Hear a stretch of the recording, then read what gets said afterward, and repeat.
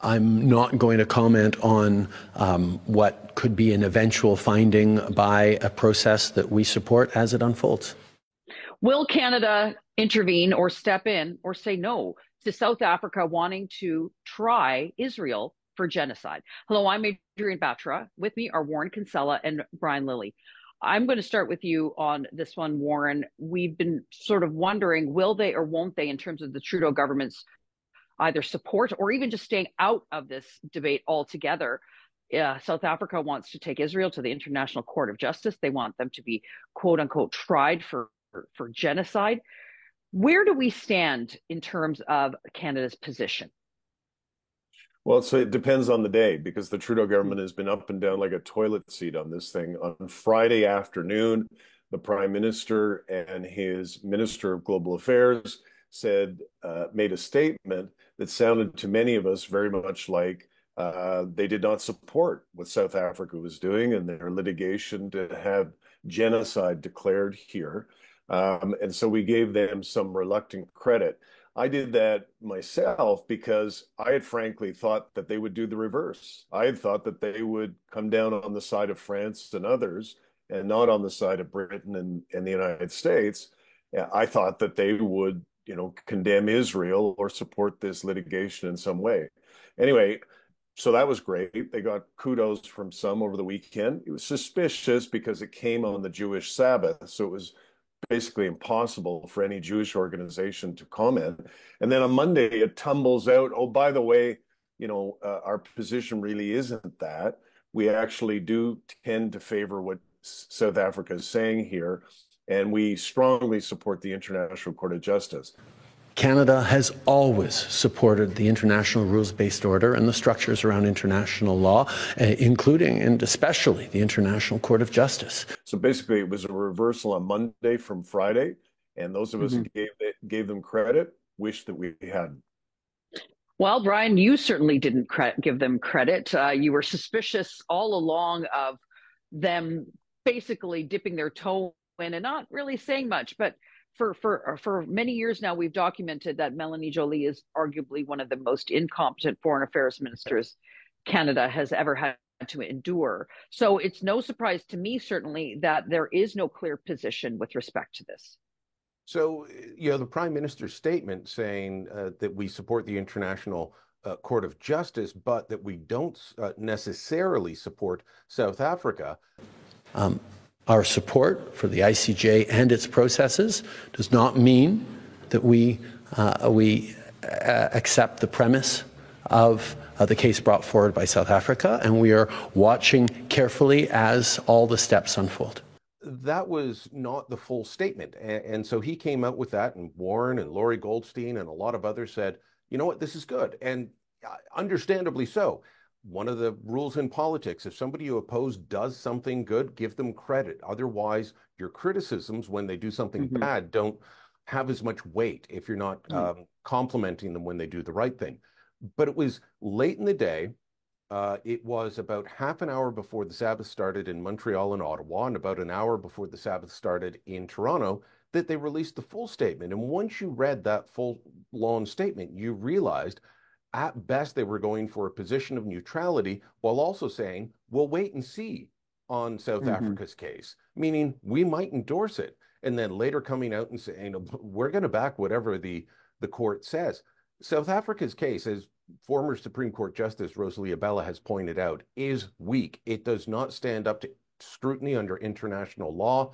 It's based on falsehoods.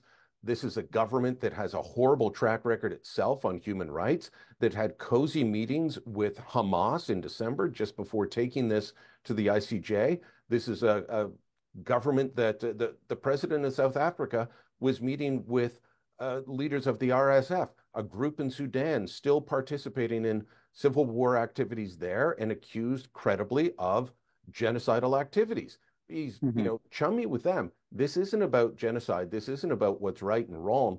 This is about anti-Semitism. And that's why Canada should be opposing this. And we're not, because we have no clear moral position. We used to in this country. Yeah. And you could agree or disagree with a liberal or a conservative government, but you understood where their position was coming from.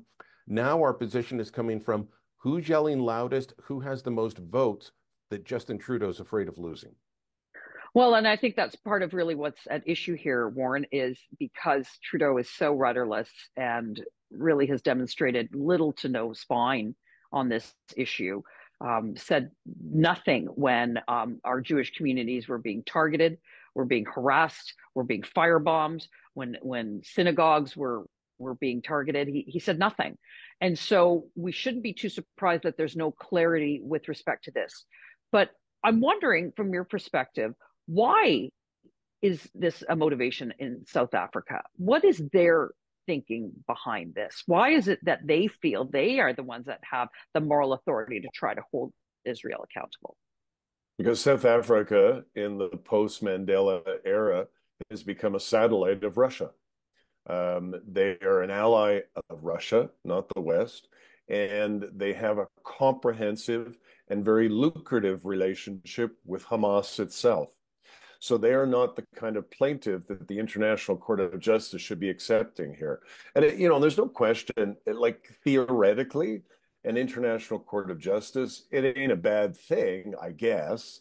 It goes back about 30 years. It was a liberal government, another liberal government that created it or helped participate in it, but it's gone wildly wrong. International law at the end of the day is just a set of principles that you can't enforce.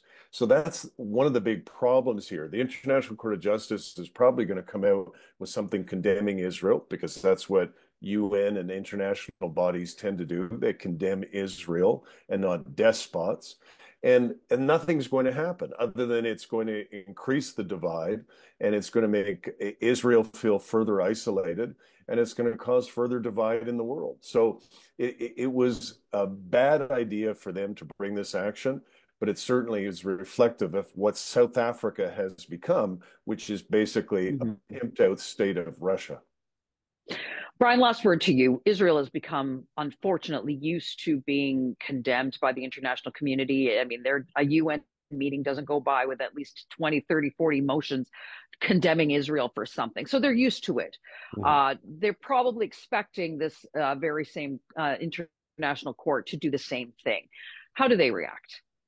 Well, I think they react with disappointment that Canada has decided not to stand with the United States and others in condemning this false move by South Africa, with judges from Russia and China sitting in judgment of the state of Israel. I mean, you're going to have China and Russia sit in judgment of another country and how they treat their citizens? That's beyond ridiculous. So, when the inevitable happens, I think they ignore it. I also hope that they're able to finish off Hamas before this happens and start on the rebuild of Gaza, working towards what they still say they want, which is a two-state solution. There can be no two-state solution with Hamas.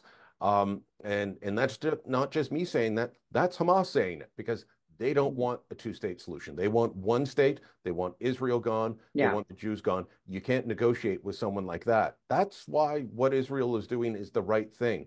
And if the Palestinian people in Gaza want this to end, well, Hamas can lay down their arms and release the hostages. It's that simple. Well, let us know what you think in the comments below. Isn't it time that Canada came out with a very clear moral statement against South Africa's push at the International Court? Go to thetorontosun.com and hit that subscribe button. You're going to find coverage on stories like this and others you will not find anywhere else.